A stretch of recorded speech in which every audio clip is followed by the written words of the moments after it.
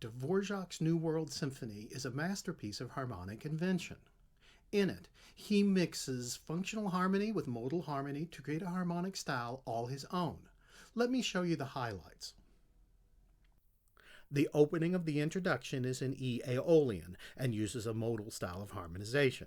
Remember that functional harmony relies heavily on melodic leading tones, major dominant chords resolving to tonic, and root progressions by descending fifths. There's not much of that going on here. Notice that all of the dominant chords are minor and do not proceed to tonic. The only descending fifth progression appears toward the end, a major 7 going to a major 3.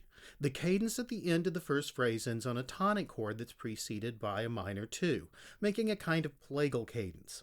They're all modal sounding chords.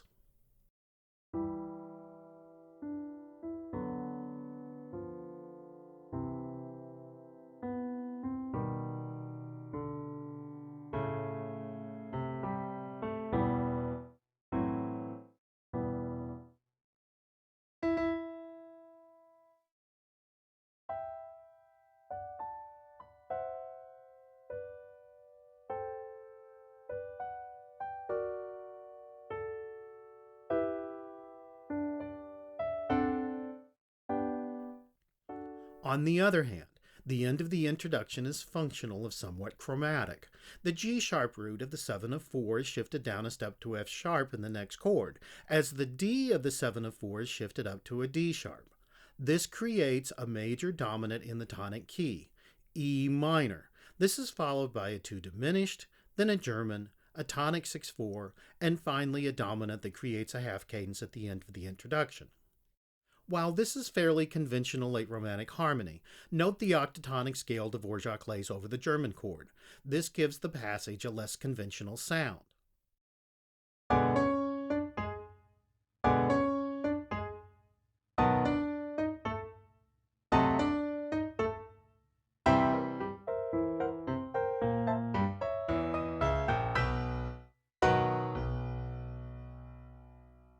The transition to the second theme of this movement shows an imaginative example of late Romantic harmonic thinking.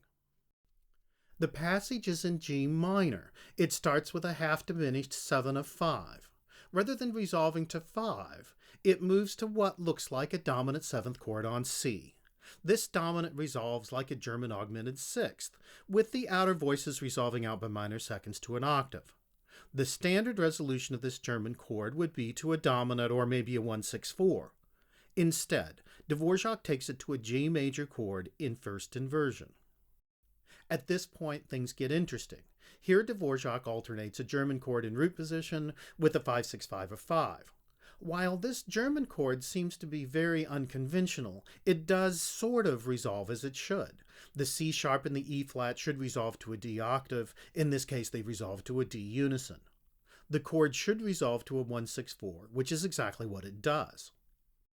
Notice that after all this tricky late Romantic harmony, the music settles down into simple modal harmony with an alternating minor 1 to minor 5 when the second theme enters in the last 4 measures.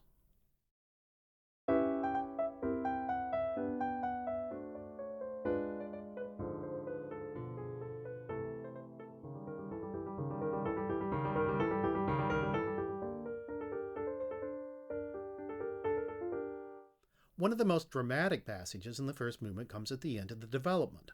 Here, Dvorak uses a sequential modulation to build tension and to get back to the tonic key for the recap. The passage starts with a C half diminished chord, which moves up by half steps to a D sharp half diminished. Dvorak keeps 2 pitches static when he moves into the next chord, an A dominant 7th. At that point, Dvorak moves up by half steps using dominant 7th chords. The final dominant's on B, which is 5 in the tonic key. This leads into the recap. Notice that the bass note of each chord at each chord change moves up by a half step. This keeps the root movement consistent throughout the passage.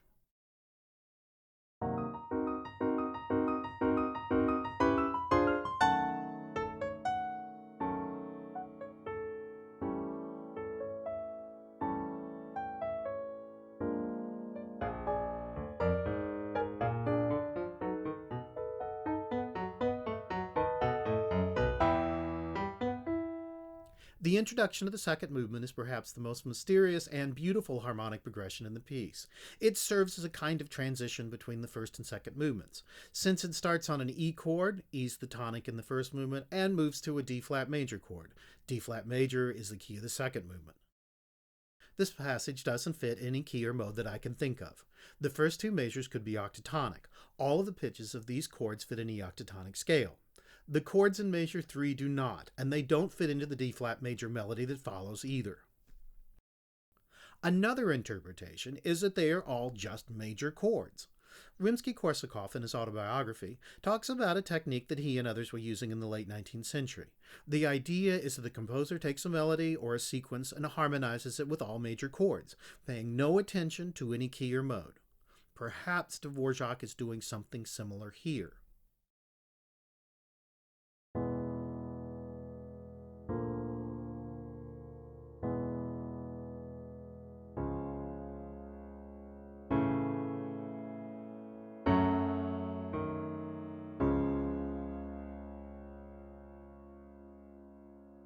The theme that follows is less mysterious but no less beautiful.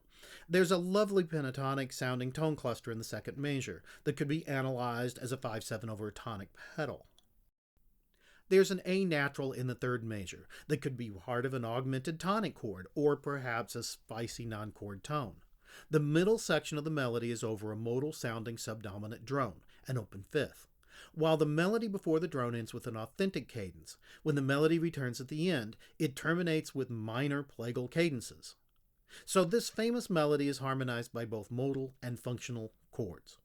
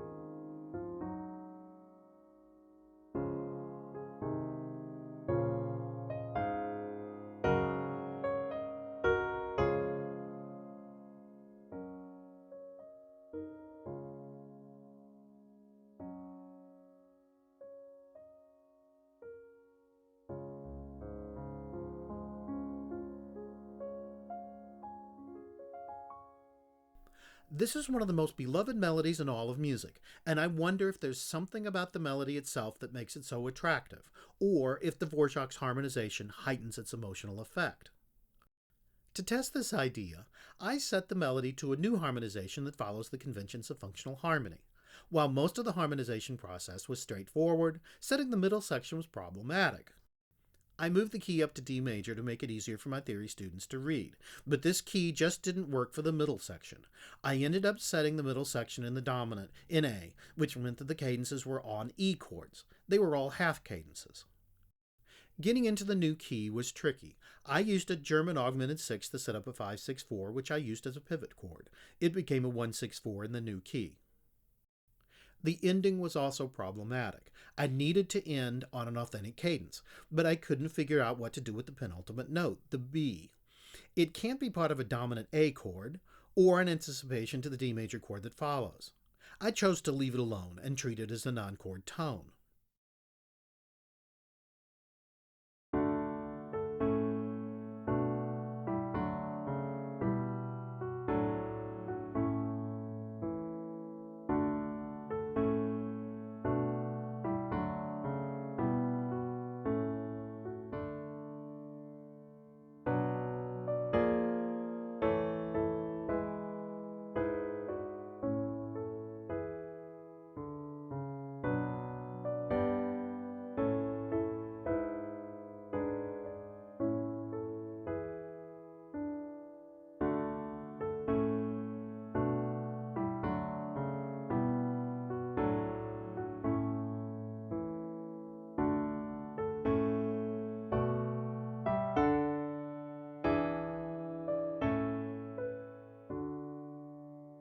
I don't think this functional setting sounds all that bad, but it doesn't hold a candle to the original Dvorak.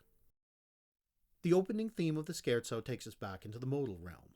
It's E-Aeolian, but there isn't really a chord progression. The melody's over a drone. This is typical of folk music, and I think Dvorak's trying for a folksy effect.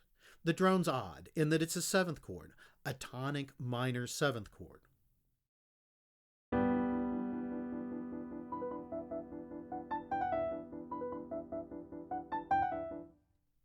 The coda of this movement, like the transition to the recap of the first movement, is comprised of a sequential modulation. This time, the bass line moves down instead of up. It ends at the bottom of the page on an Italian augmented sixth chord. This augmented sixth is a little unusual in that it's not a subdominant substitute leading to a dominant chord, but rather a chord that leads directly to tonic. It does this by having the D sharp lead up to E and the F lead down to E.